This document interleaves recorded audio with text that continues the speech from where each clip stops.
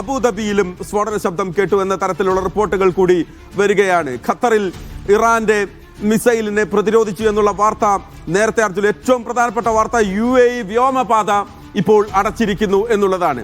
വ്യോമപാത UAE അടച്ചിരിക്കുന്നു.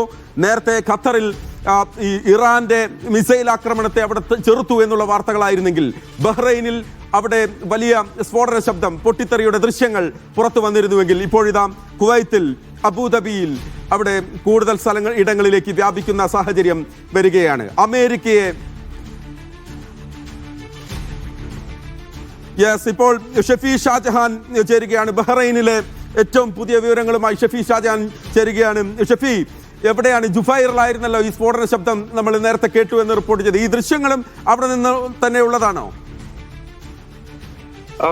മഹേഷ്, അതെ, ഇന്ന് ഇറാനെതിരെ ഇസ്രായേൽ ആക്രമണം അഴിച്ചുവിട്ടതോടെ ഗൾഫ് രാജ്യങ്ങളിലെ അമേരിക്കയുടെ ബേസുകൾ കേന്ദ്രീകരിച്ച് ഇറാൻ ആക്രമണത്തിന് തയ്യാറെടുക്കുകയായിരുന്നു. ഇന്ന് ഏകദേശം ബഹ്റൈൻ സമയം 11:45 ബഹ്റൈനിൽ വാണിംഗ് സൈറനുകൾ നിരന്തരമായി മുഴങ്ങുകയും അതിന് പിന്നാലെ ജുഫൈർ ഭാഗത്ത് സ്ഫോടന ശബ്ദം തുടർച്ചയായി 4-5 തവണ സ്ഫോടന ശബ്ദം ഉണ്ടാവുകയാണ് ഉണ്ടായത്. എന്നാൽ ഇതുവരെ ഔദ്യോഗികമായി ആർക്കും പരിക്കോ അപകടങ്ങളോ മറ്റും ഒന്നും റിപ്പോർട്ട് ചെയ്യപ്പെട്ടിട്ടില്ല.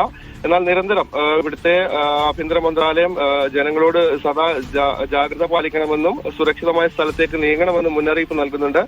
അതുപോലെ ഇവിടുത്തെ ജുഫൈറിൽ നമുക്കറിയാവുന്നതുപോലെ അമേരിക്കയുടെ 5ാം കപ്പൽപ്പടയുടെ ആസ്ഥാനമാണ് ജുഫൈറിൽ സ്ഥിതി ചെയ്യുന്നത്.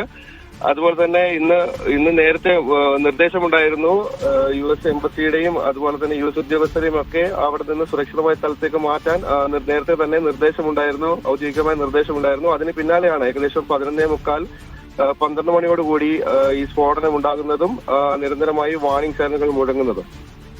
ഓക്കെ, ഷഫി ഷാജഹാനാണ്. ഒരു 3-4 തവണ അവിടെ സ്ഫോടന ശബ്ദങ്ങൾ കേട്ടു എന്നാണ്.